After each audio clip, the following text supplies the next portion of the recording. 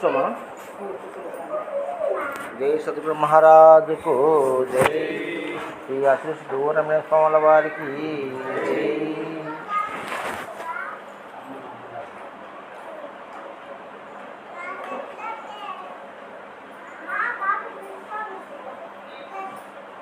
ఆధ్యాత్మికము అనేది ఒక general subject మాట్లాడుకున్నాను ఈరోజు. ఆత్మ, పరమాత్మ, దేవుడు, స్వస్వరూప సందర్శనము, తర్వాత నేననగా నాలో నాలుగవ వాడను, నాలుగవ స్థితి, ఐదవ స్థితి అన్నీ పక్కన పెడదాం. అవన్నీ ఒక శాస్త్ర అథారిటీతో సాధనా మార్గములో సాధకుడు చేయాల్సిన పనులు అవన్నీ. జనరల్గా అసలు ఆధ్యాత్మికత అంటే ఏంది, ఆధ్యాత్మికత మనిషికి ఎందుకు అవసరం అయ్యింది, దీనివల్ల మనం పొందే ప్రయోజనం ఏంది, దాని గురించి మాట్లాడుకుందాం. ఏం సత్యనారాయణ, మిగతా వద్దు మనకు, అది కావాల్సిన ఇంకోసారి మాట్లాడుకుందాం వాటి గురించి. ఇప్పుడేమంటే ఇప్పుడు ఆధ్యాత్మికం అనేటువంటి ఒక ఉచ్చులో పడి చాలామంది సతమతం అయిపోతున్నారు. అసలు ఆధ్యాత్మికత అంటే ఏంది, ఆధ్యాత్మికత మనకు ఎందుకు అవసరం వచ్చింది, దానివల్ల మనకు వచ్చే ప్రయోజనం ఏంటి, అవునా కదా? ద్వైతం చెప్పినా, అద్వైతం చెప్పినా, విశుద్ధాద్వైతం చెప్పినా, ఆచార్య కూర్చోమ్మా, రమణ అడిగినమ్మా, విశిష్ట అద్వైతం చెప్పినా, ఎందరూ మహానుభావులు ఎన్నో రకాలుగా చెప్పినా అసలు వాటి బేస్ ఆఫ్ ఆధ్యాత్మికత, అసలు ఈ ఆధ్యాత్మికత మనకెందుకు అవసరము, ఈ మనిషికి ఎందుకు అవసరము, 84 లక్షల జీవోపాధులు ఈ భూమి మీద ఉంటే ఈ మనిషికే ఈ ఆధ్యాత్మికత ఎందుకు వచ్చింది, అసలు ఆధ్యాత్మికతకు పునాది ఎక్కడ పడింది, ఎందుకు అవసరమైంది మనకు, దాన్ని తెలుసుకుంటే మనకు కలిగే ప్రయోజనం ఏంది, అదే కదా మనకు కావాల్సింది. ఇది మాయా, జగం మాయా, బ్రతుకు మాయా, ఇది లేదు, ఇది పుట్టలేదు అనేది ఎన్నో రకాల మాటలు చెప్పుకొని పొద్దుపోవడానికి చెప్పుకోవాల్సిన మాటలు. అది ఇప్పుడు ఎవరంటే ఆధ్యాత్మికత అనేది నేర్పించేది కదా ఆధ్యాత్మికత. అసలు ఆధ్యాత్మికత అంటే ఏంది, ఈ స్పిరిచువల్ నాలెడ్జి మనిషికి ఎందుకు అవసరమయ్యింది, అవునా కదా? బేస్ ఏమి, మరి బేస్ కాడికి మనం పోతే ఇక్కడ చెప్పే మాట నేను ద్వైత అద్వైతాల గురించి ఎందుకు చెప్తున్నా, అద్వైతం అనే ఆ రెండు వాక్యాలు ఎందుకు చూసుకున్నామంటే అవి మూలంగా ఉన్నాయి. ఏది, ఆధ్యాత్మిక విద్యకు, ఈ ఆధ్యాత్మిక విద్యకు మూలంగా ఉన్నాయి. అందుకు ఆ మాటలను బేస్ చేసుకొని చెప్పుకుంటున్నాం. ఈ సృష్టిలో ఉన్నటువంటి అనేక జీవోపాధులను మినహాయిస్తే ఒక్క మనిషికే ఎందుకు ఇది మనకు అవసరం అయ్యింది అనే విషయానికి వచ్చినప్పుడు ఈ సిస్టంలోకి మనం ఎట్లొచ్చి పడ్డాం, ఏ అవసర నిమిత్తమై వచ్చి పడ్డాం, ఏం పొందడానికి వచ్చి పడ్డాం, ఏమి తెలుసుకోవడానికి వచ్చి పడ్డాం, అది జన్మరహితమా, మోక్షమా, ఇంకొకటా ఏదన్నా కావచ్చు. అవి మరి ఈ కరెక్టేనా, ఈ సిద్ధాంతం లేకపోతే అది సమంజసమేనా, అవునా కాదా, వాటి గురించి మనం విశ్లేషణ చేద్దాం ఈరోజు. పెద్దలు చెప్పిన విషయాలు ఆధ్యాత్మికము అది వేరు, ఆ సబ్జెక్టు మనకొద్దు. ఆత్మ, పరమాత్మ, పరిపూర్ణం అవి వద్దు మనకు. జనరల్గా మన మనుషులం, మనకు పరిపూర్ణం తెలియదు, ఆత్మ తెలియదు, ఎరుక తెలియదు, స్వస్వరూపం యుద్ధం అవన్నీ మనకు అవసరం లేదు. వాటితో పని లేకుండా మనము ఒక మనిషిగా ఎందుకు ఆధ్యాత్మికత అవసరం దాని గురించి ఆలోచిద్దాం, అవునా? మనిషి పుట్టిన తర్వాత ఒక వ్యక్తి, ఈ మనుషులు ఈ యొక్క భూమండలంలో తింటూ తిరుగుతూ ఆకలి, నిద్ర, భయము, ఆనందము వీటికి మాత్రమే పరిమితమయ్యి వాటితోనే తిరుగుతూ ఉన్నాడు మనిషి, అవునా కదా? మనం ఆదిలోకి పోదాం, ఆలోచన చేద్దాం. అంటే చదువు రాకముందు కావచ్చు, అక్షరజ్ఞానం రాకముందు కావచ్చు, మాట లేని తనములో కావచ్చు. ఏముండే మనకు ముఖ్యంగా ఆకలి ఉంది, నిద్ర ఉంది, మైదనం ఉంది, సావు ఉంటే భయం ఉంది, ఆనందం ఉంది, సంతోషం ఉంది. అవునా కదా? ఇవన్నీ మనకున్నాయి. ఇవి 80 జీవరాశులకు మనిషికి సమానమని పెద్దలు శాస్త్రం చెప్తున్నారు. అది వాళ్ళు చెప్పడం కాదు, సత్యం అది. అన్ని జీవులకు సమానం. వీటిల్లో ద్వైతం లేదు. ఆకలికి ద్వైతం లేదు, నిద్రకు ద్వైతం లేదు. అవునా కాదా? ఆనందానికి ద్వైతం లేదు. ఆకలి అయితే తింటాం అంతే, నిద్ర వస్తే పడుకుంటాం, వేరే ఆప్షన్ లేదు ఇక్కడ. ఇది ద్వైతం కాదు, అద్వైతం. ఇది ఈ 4 చెప్తున్నది ఇవి అద్వైతం. అవునా కదా? మీరు అద్వైతం అంటే మళ్ళీ ఇంకోటి ఏందో నా స్వరూపం కాడికి పోకండి, అవసరం లే. ఆకలి, నిద్ర, భయం, మైదునములైనటువంటి అద్వైతాలు, ద్వైతం లేదు. వీటికి ఎప్పుడైతే ఆటంకం ఏర్పడిందో అప్పుడు ద్వైతం పుట్టింది. అవునా కదా? ఇప్పుడు ఒక వ్యక్తి ఉన్నాడు, తనను రక్షణ కోసం ఎడారిలో తిని, అడవుల్లో పడుకొని సంచారం చేసే ఈ మానవుడు ఎప్పుడూ తనకు రక్షణ లేదనిపించింది. తన ఆకలికి, తన నిద్రకు, తన శృంగారానికి, తన ఆనందానికి ఆటంకం కలిగినప్పుడు కదా, ఆటంకం కలిగినప్పుడే కదా రక్షణ కావాలనిపించింది. వాటికి ఆటంకం కలిగినంత వరకు అవసరం లేకుండా ఉన్నది. ఎప్పుడైతే తన నిద్రకు కానీ, తన జీవన విధానానికి కానీ ఆటంకం ఏర్పడిందో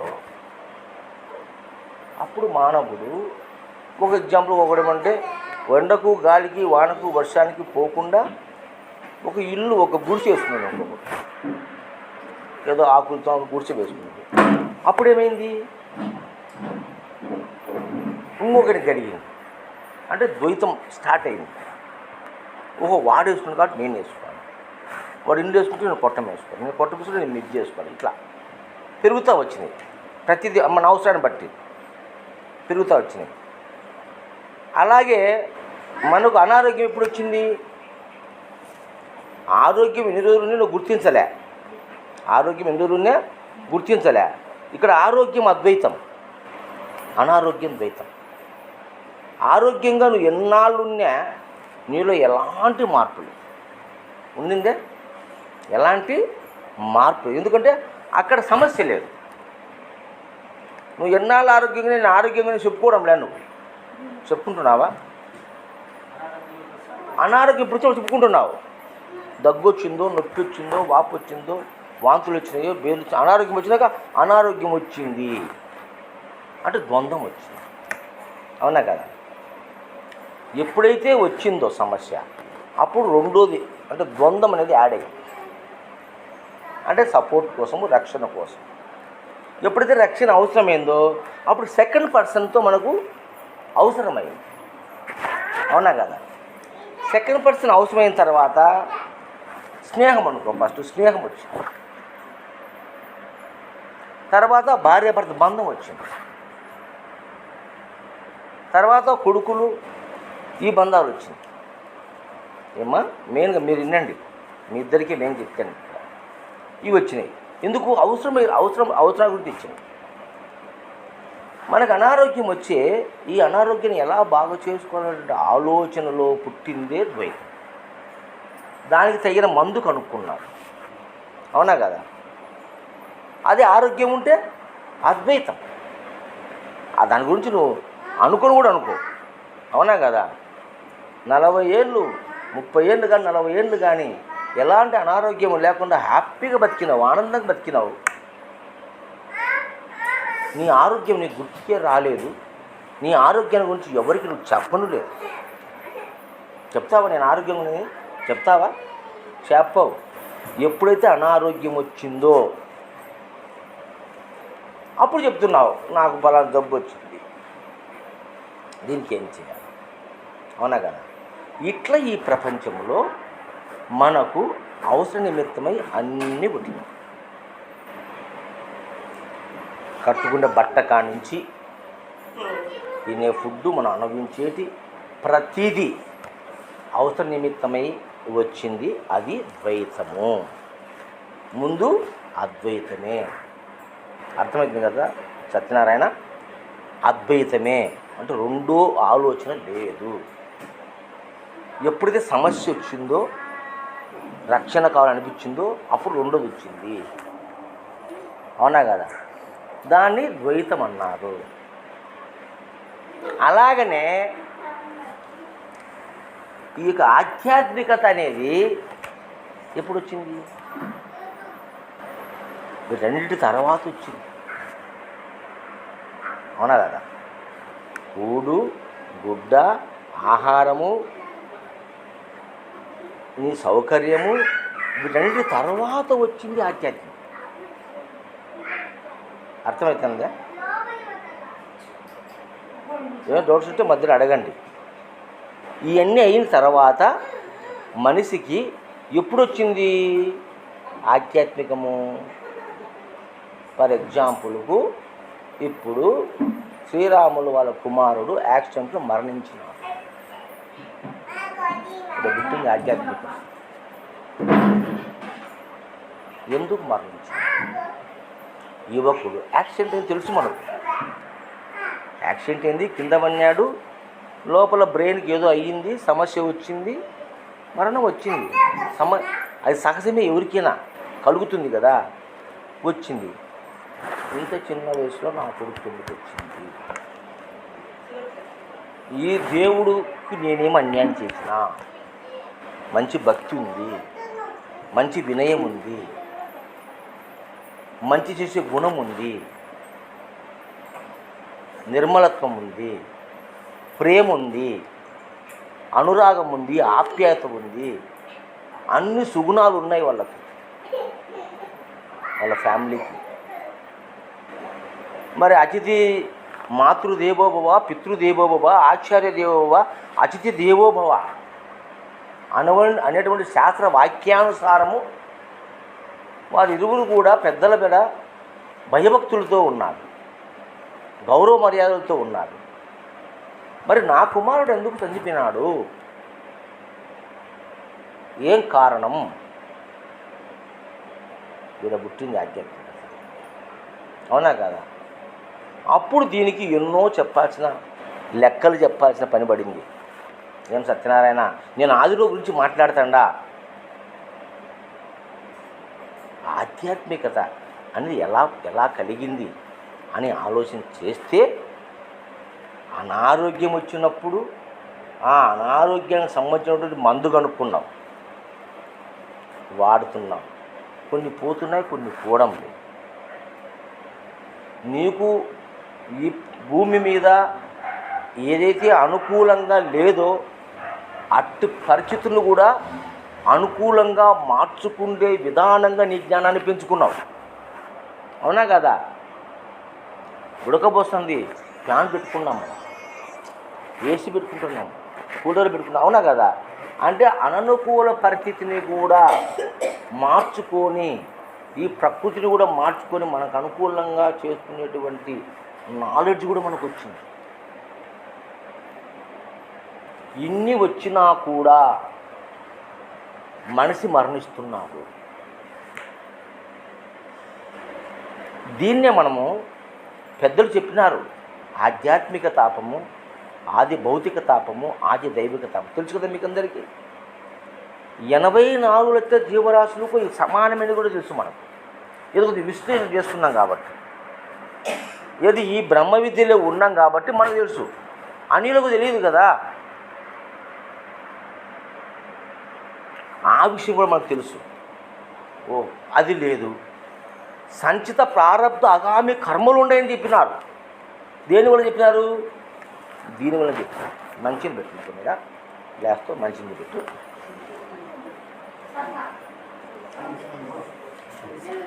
ఆనదు గ్లాసులో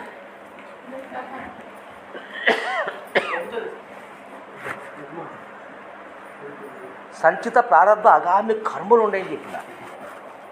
ఎందువల్ల? ఈ ప్రశ్నకు సమాధానం లేదు. నీకు అసౌకర్యం కలిగింది, అనారోగ్యం కలిగింది, అది ఆది భౌతికమో ఆధ్యాత్మికమో ఆది దైవికమో ఏదన్నా కావచ్చు కలిగింది. దానికి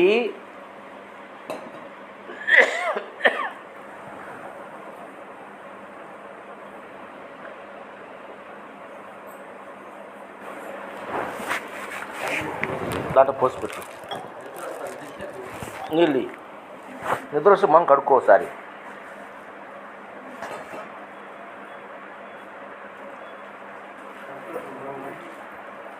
నేను చెప్పేది వేదం కాదు, వేదాంతం అంతకన్నా కాదు, నిజం చెప్తున్నా, ప్రకృతి ధర్మం చెప్తున్నా.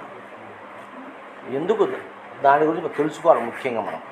ఏం సత్యనారాయణ అంటే ఈ ఆధ్యాత్మికమైనటువంటి ఒక ఇందులో పడి ఎక్కడికో పోతున్నాం మనం.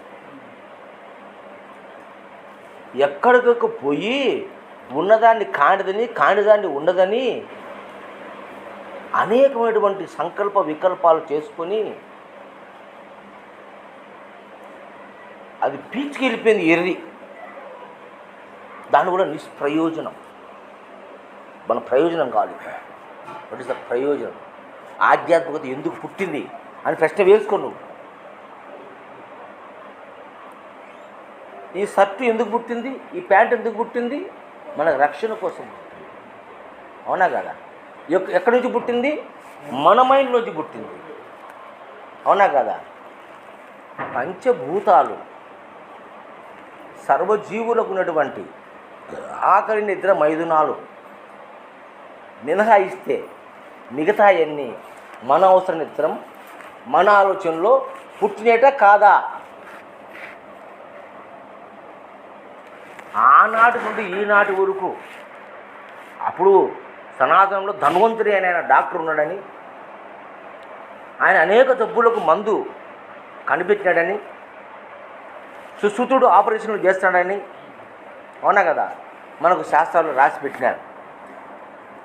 అంటే ఈ విద్య లేని ముందు, అంటే డాక్టర్ అనే కోర్సు లేకముందు మరి ఆనాడు వాళ్ళు ఎవరో ఉన్నారని, వాళ్ళు వీటికి వైద్యాలు చేసినారని మనకు ఆయుర్వేదం అంట ఇవన్నీ మనకు చెప్పినారు. అవునా కదా? అంటే ఇవన్నీ రావడానికి ఏంది? ద్వైతము. మనము ద్వైత ప్రపంచంలో ఉన్నాము. నీకు ఎక్కడైతే రక్షణ కరువైందో, ఎక్కడైతే నీకు ఇబ్బంది ఏర్పడిందో అక్కడ పుట్టింది ద్వైతం. నేను ముందు చెప్పినట్టుగా స్నేహం అయితేనేమి, మనిషి సహాయం అయితేనేమి, ప్రేమ అయితేనేమి, దయ అయితేనేమి, కరుణ అయితేనేమి, జాలి అయితేనేమి, వీటంటే దాటుకుని వచ్చిన తర్వాత మ్యారేజ్ వచ్చింది. అవునా కదా? ముందు అవి ఉన్నాయి. వాటిలో కూడా ఒక మనిషికి అందుబాటులో లేకుండా పోతున్నాడనే ఉద్దేశంతో, అవునా కదా, బంధించినారు. ఒకరికొకరు హెల్పింగ్ ఉండాలని చెప్పేసి ఒక స్త్రీ పురుషుని కలిపి వివాహ చట్టాన్ని తెచ్చినారు. దేనికోసం వివాహం వచ్చింది? సపోర్ట్ కోసమేనా? నీ రక్షణ కోసమే కదా వివాహం వచ్చింది. అవునా కదా? నీ రక్షణ కోసం వివాహం వచ్చింది. అయినప్పటికీ నీ రక్షణ కోసమే వైద్యం పుట్టింది. అయినప్పటికీ నీ రక్షణ కోసమే మంత్రాలు పుట్టినాయి, తంత్రాలు పుట్టినాయి, యజ్ఞాలు పుట్టినాయి, యాగాలు పుట్టినాయి, భక్తి పుట్టింది, నవవిధ భక్తులు పుట్టినాయి, అష్టాంగ యోగాలు పుట్టినాయి. నీ అవసర నిమిత్తము, నీ రక్షణ కోసము. అవునా కదా? అంటే మానవుని యొక్క తెలివితేటలు దినదినానికి వీటి పరిష్కారం కోసం పరుగులు పెట్టి అనంత విశ్లేషణ చేసుకొని ఎన్నిటినో కనుక్కున్నాడు మానవుడు. ఎన్ని కనుక్కున్నప్పటికీ మనిషి మరణం ఆగలేదు. ఆనాటి నుంచి ఈనాటి వరకు మనిషి మరణం ఆగలేదు. అవునా కదా? మనం చెప్పుకునేటువంటి సంచిత ప్రారబ్ధ ఆగామి కర్మలు కావచ్చు, మరి త్రివిధ తాపములు కావచ్చు, ఏదైనా కావచ్చు, అది కర్మఫలమో ప్రకృతి. త్రివిధ తాపాలు అనేది ప్రకృతి ధర్మం. త్రివిధ తాపాలు ఇది ప్రజెంట్, అది నిజం, అది సాక్ష్యంగా మన కళ్ళకు కనపడతా ఉంది. అవునా? అంటే శరీరంలో అవయవాలు నిరంతరము శ్రమించి అరిగిపోయి ఒరిగిపోయి ఇరిగిపోయి తరిగిపోయి వచ్చే జబ్బులన్నీ ఆధ్యాత్మిక జబ్బులన్నీ. మరి సెకండ్ పర్సన్ నుంచి చీమల వల్ల కావచ్చు, దోమల వల్ల కావచ్చు, పుళ్ళు కావచ్చు, యాక్సిడెంట్ వల్ల కావచ్చు, ఇటన్నీ సెకండ్ పర్సన్ నుంచి వచ్చే ప్రమాదాలన్నీ కూడా ఆది భౌతిక కర్మలని, తాపాలని, మరి ప్రకృతి వైపరీత్యాల వల్ల వచ్చేటువంటి అన్నీ కూడా ఆది దైవికమైనటువంటి విషయాలుగా చెప్పుకుంటూ అది ప్రత్యక్ష ప్రమాణంగా 100% సత్యంగా మనం గోచరిస్తుంది. అవునా కదా? ఇందులో కల్పితాలు లేవు, ఊహలు లేవు. అర్థమైందా?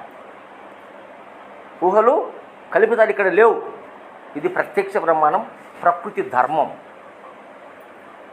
ఈ సృష్టి ఆ విధంగా ఉంది. ఈ ద్వైతమైనటువంటి ఈ సృష్టిలో ఇవన్నీ వచ్చినాయి. అవునా కాదు? అయినా మరణము ఆగడము లేదు. ఎందుకంటే పుట్టినవాడు మరణించక తప్పదు. వృద్ధి క్షయములు సమానంగా ఉన్నాయి అనే విషయం అందరికీ తెలుసు. అయితే ఎప్పుడు వృద్ధి క్షయము? బాల్యము, యవ్వనము, కౌమారము, వృద్ధాప్యం వచ్చిన తర్వాత మరణం రావాల్సింది. తండ్రి ఉండగా కొడుకు తెచ్చిపోతున్నాడు. ఏంది ఇది? అవునా కదా? తండ్రికి తలకూరి పెట్టడానికి కొడుకును కన్నాం మనం. అవునా కదా? మరి తండ్రి కొడుకుకు తలకూరి పెడుతున్నాడు. ఎందుకు జరుగుతుంది? ఏం కారణం? పాపమా, నేరమా, ఘోరమా, కర్మనా, ఏమిటి అని దానిపైన మనిషి విచారణ చేస్తే వచ్చిందే ఆధ్యాత్మికం. ఏమిటి ఆధ్యాత్మికము? సింపుల్, మనకొద్దు తారకము, అమనస్కము, సాంఖ్యము ఇవన్నీ అవసరం లే. ఒక్క మాటలో సింపుల్గా మనం అర్థం చేసుకునేది ఏమంటే, ఏ దానికోసమైతే మనం ఇవన్నీ డెవలప్ చేసుకున్నామో, ఏ దానికోసమైతే ఇవన్నీ మనం కలుపుకొని ద్వైతంగా అద్వైతంగా ఉన్న మనము ద్వైతంగా మారినామో, అవునా కదా? పుట్టిన బిడ్డ వాని సహజ లక్షణం అద్వైతం. పుట్టిన బిడ్డ సహజ లక్షణం అద్వైతం. అవునా కదా? ఏం సత్యనారాయణ? అద్వైతం. పెరగంగా పెరగంగా పెరగంగా ద్వైతమైనాడు. అది కావాలి, ఇది కావాలి, అది నాది, ఇది నాది అనే భావన పెరిగే ద్వైతం వచ్చింది. అవునా కదా? అద్వైతంగా వాడు ఉన్నంత వరకు వాడు అమనస్క స్థితిలో ఉన్నాడు. అవునా కదా? సంకల్ప వికల్పాలు లేవు, వాడి కోరికలు లేవు, ఆశలు లేవు. నాకు ఇలాంటి సక్కావే కావాలని వాడు అడగడం లే. నాకు ఇలాంటి ఫుడ్ పెట్టని వాడు అడిగితే తల్లిదండ్రులు చచ్చిపోతారు. అవునా కదా? వాడు అడగడం లే.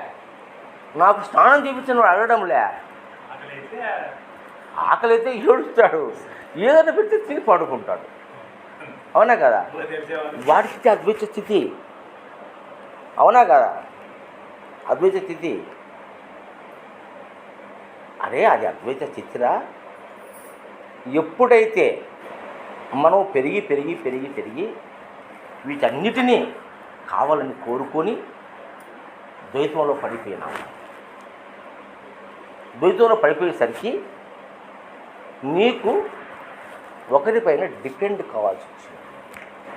అయితే నీకు మెంబర్స్ పెరిగినారు అంటే నీ అవసర నిమిత్తమై ఎంతోమందో నీకు కావాల్సి వచ్చింది. అవునా కదా? నీ అవసర నిమిత్తమై నీకు ఎంతోమంది కావచ్చు. ఫ్రెండ్స్ కావాల్సి వచ్చినారు, అన్నదమ్ములు కావాల్సి వచ్చినారు, అక్కచెల్లెలు కావాల్సి వచ్చినారు, భార్యలు కావాల్సి వచ్చినారు, బిడ్డలు ఎంతమంది కావాల్సి వచ్చినారు. ఏది నీ అవసర నిమిత్తం. అవునా కదా? అప్పటికి ఏమైంది? నువ్వు అటాచ్మెంట్ ఏర్పడింది. అటాచ్మెంటు ఏర్పడింది. ఇది అటాచ్మెంట్ అంటే ద్వైతం. అటాచ్మెంట్ అంటే ద్వైతం. బాగా ఆలోచించండి మీరు. అటాచ్మెంట్ అంటే ద్వైతం. మరి అటాచ్మెంట్ అనేది డిటాచ్మెంట్ కావడమే కదా ఆధ్యాత్మికత. ఏం సత్యనారాయణ? నుంచి డిటాచ్మెంట్ కావడమే కదా ఆధ్యాత్మికత. అవునా కదా? అదేనా ఏమన్నా ఉందా చెప్పండి, ఇంకేమన్నా ఉంటే. అటాచ్మెంట్ నుంచి, బంధం నుంచి విముక్తి కడమే కదా ఆధ్యాత్మికత. దాని మీద రాశారు పెద్దలు. అనేక శాస్త్రాలు రాస్తారు, అనేక గ్రంథాలు రాసినారు, ఎన్నో పుస్తకాలు రాసినారు, ఎన్నో పద్ధతులు రాసినారు, ఎన్నో మార్గాలు రాసినారు. ఎవరికి తోచింది వాళ్ళు రాసినారు. ఒకడు దేవుడు ఒకడు ఉన్నాడన్నాడు, వాడు పుట్టేవాడు కానీ గిట్టేవాడు కాదన్నాడు. ఒకడు బ్రహ్మం ఉన్నాడన్నాడు, ఒకడు సృష్టికర్త ఉన్నాడన్నాడు, ఒకడు పోషణకర్త ఉన్నాడన్నాడు, ఒకడు లయకారుడు రాసినాడు. అవునా కదా? ఒకడు దేవుడు కనపడని రాసినాడు, ఒకడు సర్వాంతర్యాయం అన్నాడు, ఒకడు అందులో కూడా అన్నిట్లో ఉన్నాడని చెప్పినాడు. అవునా కదా? అందరూ చెప్పింది దేని గురించి చెప్పినారు? ఏ దాని గురించి చెప్పినారు అందరూ? వారందరూ ఏ దాని గురించి ఎందుకు చెప్పినారో అది మనకి ఇక్కడ ఉపయోగపడడం లేదు. అది మనకి ఇక్కడ ఉపయోగపడడం లేదు. ఇప్పుడు రాములమ్మ, మన శ్రీరాములు గత 25 సంవత్సరాలు 30 సంవత్సరాలు అయిందమ్మా. 30 సంవత్సరాల కాల వ్యవధిలో భక్తి చేసినారు. అంటే నవవిధ భక్తులు చేసినారు, అష్టాంగ యోగాలలో కొన్ని చేసింటారు, మరి అభిషేకాలు చేసినారు, వ్రతాలు చేసినారు. అవునా కదా? దీక్షలు చేసింటారు. తర్వాత ఆధ్యాత్మిక గురువులను ఆశ్రయించినారు, దేవాలయాలకు పోయినారు, అచల గురువులు ఆశ్రయించినారు. ఏమీ లేదు పోరా, ఇదంతా మాయా ఉత్తది, ఇది పుట్టినలేపు అని చెప్తుంది, ఆచరిస్తుంది. పుట్టినలేపు అని చెప్తుంది, ఆచరిస్తుంది. అవునా కదా?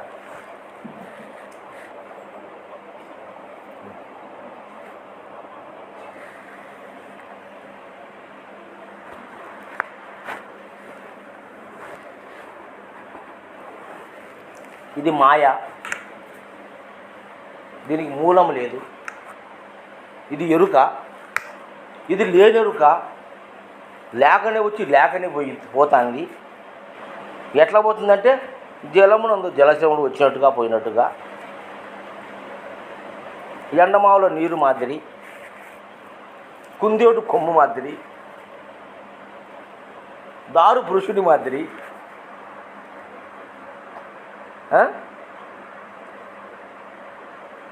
ఇలా ఎన్నో ఉపమానాలు చెబుతూ ఆ విధంగా వచ్చింది అంటున్నారు, పోయింది అంటున్నారు. కానీ నిర్ణయం అయిందా? 30 ఏళ్ళు, 30 సంవత్సరాలు ఆధ్యాత్మికం, 30 ఏళ్ళు గురుసేవ, పరిపూర్ణ దర్శనం, నేనెవరో తెలుసుకున్నా, స్వస్వరూప సందర్శనం. ఎన్ని పేర్లను చెప్పుగా, అహం బ్రహ్మస్మి. ఎవరా వీళ్ళంతా? ఈరోజు నీ కాపాడినారా? ఈరోజు నీ బాధలు తీసినారా? ఈరోజు మీ శోకం అణిచిందా? మరి అటువంటి స్థితి పొందితే దూరం కందార్థం రాసినాడు, పరిపూర్ణ బోధపడిచిన గురుడు, పరిపూర్ణ బోధపడిచిన గురుపుత్రుడు, జగతిలోన కడు శాంతుండై త్వరపడక నిందా చితులకు మరణించిన వాని వలె తా మెలుగుచుండు, పదుగురి ప్రేమ పొందుచుండు. మేరు పర్వతమేనా మీదొచ్చి పడినాను, ధీరత్వమున బుద్ధి దిగదారకుండగా తా మెలుగుచుండు, పదుగురి ప్రేమ పొందుచుండు. మరి మీరంతా పరిపూర్ణ దర్శనం అయింది కదా మీకు అందరికీ. మరి ఎక్కడ పోయింది మీ ధీరత్వం? పరిపూర్ణ బోధ మీరు పొందలేదా? ఎందుకు ఆమె శోక సముద్రంలో మునిగిపోయింది? మదిలో బాధ లేదా? ఉంది కదా. అల్లారు ముద్దుగా పెంచిన బిడ్డ మన కళ్ళ ముందు మేమేం పాపం చేసినాం? ఏ జన్మలో పాపం చేసినా అది చెప్పుకోవాలి. ఇప్పుడు మనం ఏం చేయాలంటే సంచిత ప్రాంతం కర్మలు ఉన్నాయి నాయనా, ఆ కర్మఫలము అనేక జన్మలుగా నేను వెంటాడి వస్తూ ఉంది, ఈ జన్మలో ఈ రూపంలో తీర్చుకునింది, అక్కడికే ప్రాప్తం ఉందిరా. నేను కూడా చెప్పిన వస్తానే అమ్మ, టైం అంతవరకు తీసుకొచ్చాడు ఆ పిల్లోడు, ఆడికి సమయం అయిపోయింది, వెళ్ళిపోయినాడు, మనం కూడా రేపు పోవాల్సిందే, అందరం పోవాల్సి ఇక్కడ శాశ్వతం కాదు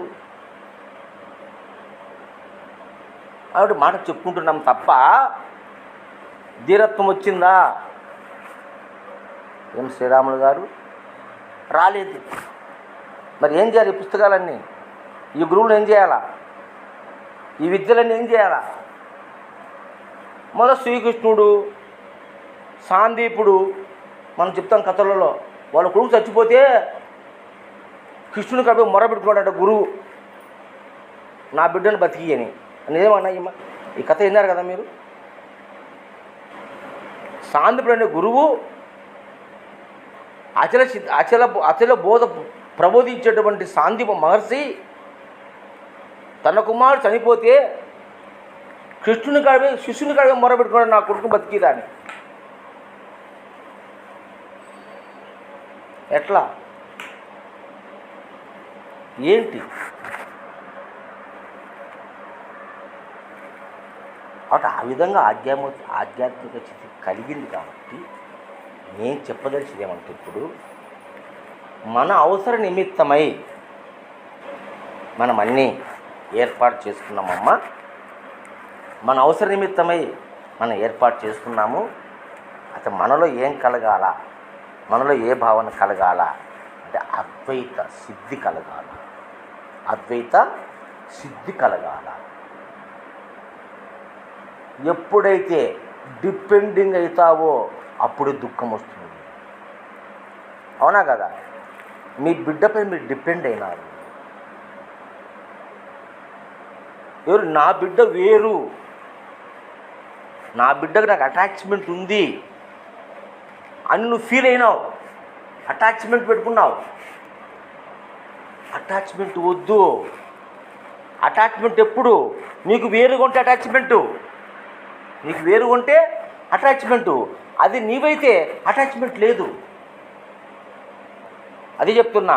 నీ దేహంలో నీ ముక్కు ఉంది, నీ ముక్కుతో నీకు అటాచ్మెంట్ లేదు.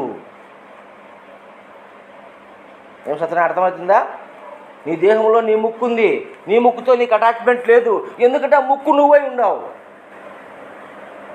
నీ దేహంలో శ్వాసతో నీకు అటాచ్మెంట్ లేదు. ఎందుకు? శ్వాస నీవై ఉన్నావు. నీ దేహంలో కన్నుతో నీకు అటాచ్మెంట్ లేదు. ఎందుకంటే కన్ను నీవై ఉన్నావు. అర్థమవుతుందా? నీ బాడీలో ఉండే దేనికి నువ్వు అటాచ్మెంట్ కాలేదు. మరి గొప్పగా చెప్తున్నాం, నేను ప్రాణంగా ప్రేమించిన నా బిడ్డ, నా భర్త ఈరోజు నాకు దూరమైనాడు అంటే అటాచ్మెంట్లో ఉన్నా. అటాచ్మెంట్ ఉంటే అది నీది కాదు. అటాచ్మెంట్లో ఉంటే అది నీది కాదు. ఇట్ ఈస్ అద్వైతం. అర్థం సత్యనారాయణ? అటాచ్మెంట్లో ఉండావంటే ద్వైతం. అటాచ్మెంట్ ఉన్నంటే అది నీ వస్తువు కాదు. అటాచ్మెంట్ లేకపోతే నీ వస్తువు. నీ శరీరములో ఉండే ఏ దానితో కూడా నీకు అటాచ్మెంట్ లేదు. ఎందుకంటే అది నీవయ్యే ఉన్నావు. ఏమా రామలం అర్థమవుతుందే? బాగా ఆలోచన చేసుకో. మన శరీరంలో అయితే ఎప్పుడైతే మనకు సెకండ్ పర్సన్ నాకు ఇష్టం అంటున్నాము, దాంతో అటాచ్మెంట్ ఉంది మనకు. అది నేను ఎప్పుడు కాదు. చెప్తుంది కదమ్మా, నా భర్త నన్ను ఎంతగానో ప్రేమిస్తాడు, నా భర్త నేను అంతగా ప్రేమిస్తా, మా ఇద్దరి అటాచ్మెంటు అద్భుతం, అనంతం అని చెప్తారు. కరెక్ట్ కాదంట ఆ మాట. ఎందుకంటే అటాచ్మెంట్లో ఉన్నావు నువ్వు, అది నువ్వు కాలేదు, అది నీవు కాలేదు. కాబట్టి ఇక్కడ మన బిడ్డ కానీ మన భార్య కానీ మొత్తం నాలో ఉంది. నేనై ఉన్నా, అది నాది, అది నేనే. నాది కూడా కాదు, నాదంటే మళ్ళా ఆడ ప్రాబ్లం వస్తుంది. నేనే అన్నప్పుడు అటాచ్మెంట్ లేదు. ఎప్పుడైతే అటువంటి చిత్తప్రజ్ఞత నీకు కలుగుతుందో, మేమంతా ఎవరం కూడా నీకు వేరుగా కనపడము, ఇదే అద్వైతము. వేరుగా కనపడితే అటాచ్మెంట్ వస్తుంది, వేరుగా కనపడకపోతే ఒకటే, రెండు లేదు అనేటువంటి మనస్సు ఎప్పుడైతే కలుగుతుందో అదే అమనస్కము. చెప్పచ్చు నా మాట సత్యనారాయణ? నేను తపస్సులు చేయాలన్నా, యజ్ఞయాగాదులు చేయాలన్నా, ధ్యానాలు చేయాలన్నా, ప్రార్థనలు చేయాలన్నా చెప్పండి. దీన్ని తెలుసుకుంటే ఎప్పటినో చిత్తప్రజ్ఞ కలిగి ఉంటాను. ఒక నిర్మల స్థితి నీకు కలుగుతుంది. అంతేకాకుండా ఎక్కడికి పోలే ఎన్ని కూడా సమస్తము నీలోనే లయమైనాయి. నువ్వు విశ్వవ్యాప్తమై ఉన్నావు, సమస్తము నీలోనే ఉన్నాయి. నీ కుమారుడు ఎక్కడికి పోలేదమ్మా, నీలోనే ఉన్నాడు. రూపం పోయింది, రూపం ఎప్పుడైనా పోయేదే, రూపం శాశ్వతం కాదు. అయితే నా కొడుకు వృద్ధాప్యం వచ్చినాకపోతే బాగుండు, పెళ్లి చేసుకుని పిల్లలుగా ఆశ ఉంటుంది. ఇది భౌతిక ప్రపంచంలో, ఈ ద్వంద్వ ప్రపంచంలో ఇవన్నీ ఆశలు కోరిక అందరికీ ఉంటాయి. కాబట్టి ఆధ్యాత్మిక వాళ్ళకి వచ్చిన తర్వాత మనం సూక్ష్మంగా పరిశీలన చేసినప్పుడు బాధ ఏడ్చాలి. నేను ఏడ్చాలి. ఏడిస్తే కదా నువ్వు మనిషివి, నవ్వుతే కదా నువ్వు మనిషివి, బాధపడితే కదా నువ్వు మనిషివి. బాధపడు, ఏడ్చు, ఆ భారం దింపుకో, మళ్ళీ పరిపూర్ణంగా నీ కర్తవ్య నిర్వహణ చెయ్యి. నీ ఊపిరి ఉన్నంత వరకు నీ కర్తవ్యమే నీకు ప్రధానంగానే, ఏది ప్రధానం కాదు. ఇదే అద్వైతం. అటువంటి శ్రమలు ఏడ్చాలి. దెబ్బ తగిలితే మనకు కట్టుకోవాలా, నొప్పి వచ్చి బాధపడాలి కదా. అది బాధపడకపోతే ఎట్లా? అవునా కదా? అన్నీ చేస్తేనే. నవ్వుస్తే నవ్వాలా, వాడు నవ్వకపోతే మెట్రోడ్ అంటాం మనం. దుఃఖం వస్తే ఏడ్చాలి, శరీర ధర్మాన్ని చేయాలి. అయితే ఎంతవరకు అంతవరకు చేయాలి. దానికి అది ఎప్పుడు వస్తుందంటే ఇది ఇచ్చినప్పుడు వస్తుంది. అంటే సర్వము నా స్వరూపమే. ఇప్పుడు పరమాత్మ, వేదాలు శాస్త్రాలు చెప్తున్నారు పరమాత్మ అంటే ఎలా ఉంటుందంటే, పరమాత్మలో సర్వం ఉంది. ఆ పరమాత్మలోనే ఈ సూర్యుడు ఉన్నాడు, చంద్రుడు ఉన్నాడు, నక్షత్రాలు ఉన్నాయి, గోళాలు ఉన్నాయి, విశ్వం అంతా అందులోనే ఉంది. అదే నేను అన్నప్పుడు మరి వచ్చిపోయినాయి, ఎందులో వచ్చినాయి, ఎందులో పోయినాయి? నీలోనే వచ్చినాయి, నీలోనే పోయి.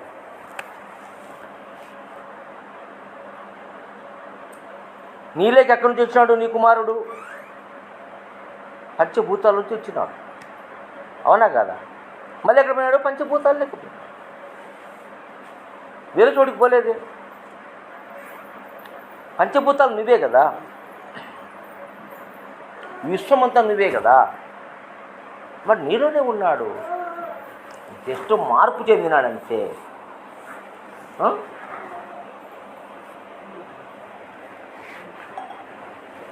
అట్లా పుట్టింది ఆధ్యాత్మికత.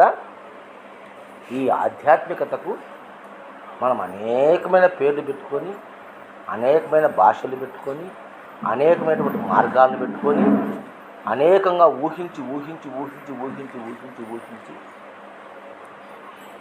ఒక్కొక్కరు ఒక సిద్ధాంతాన్ని ఇచ్చి అనేక రకాలుగా బుర్రలు పాడు చేస్తారు. ఏదైనా ఒక పని చేస్తే మనకు సుఖం ఉండాలి. అవునా కదా? సుఖం లేని ఎందుకు?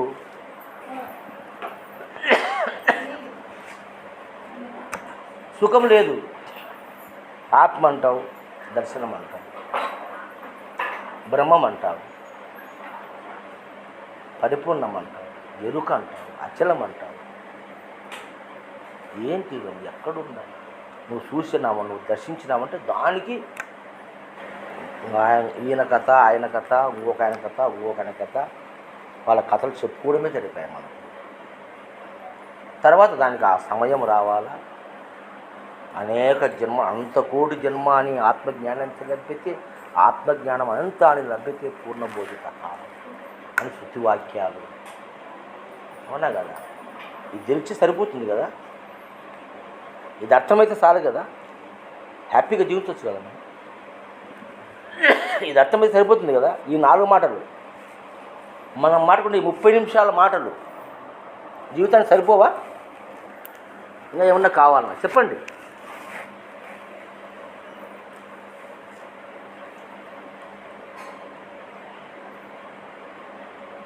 వేదాంతము ఇవన్నీ కూడా మనిషి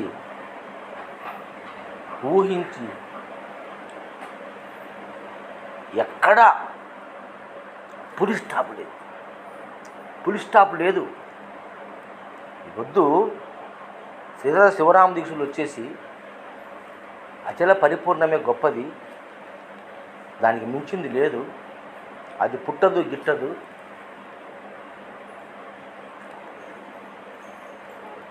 పుట్టే గిట్టేటువంటి ప్రపంచం దానికి తెలియబడదు. అవునా కదా?